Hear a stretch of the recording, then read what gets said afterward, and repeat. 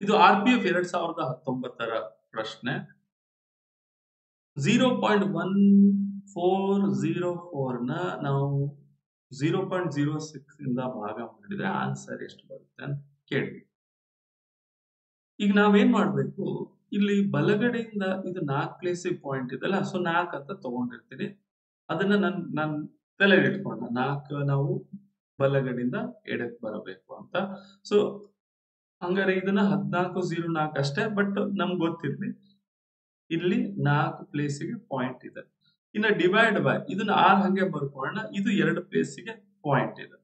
Okay, so ಇದು 4 ಪ್ಲೇಸಿಂದ ಇದು 2 place, ಇದನ್ನ ಭಾಗ ಮಾಡಿದ್ರೆ 2. ಓಕೆ, ಇದನ್ನ ಭಾಗ ಮಾಡಿದ್ರೆ ಜಸ್ಟ್ ಪಾಯಿಂಟ್ ಬಗ್ಗೆ ಸಿಂಪಲ್ ಆಗಿ ಅರ್ಥ ಮಾಡಿಸೋದಕ್ಕೋಸ್ಕರ ಹೇಳ್ತೀನಿ.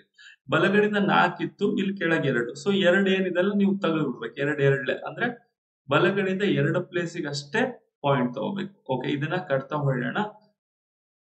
6 2 12, 2 ಉಳಿಯುತ್ತೆ, ಸೊ 20 ಆಯ್ತು. 6 3 18, 20ರಲ್ಲಿ 18 ಹೋದ್ರೆ 2 ಉಳಿಯುತ್ತೆ, 24. 6 4 24.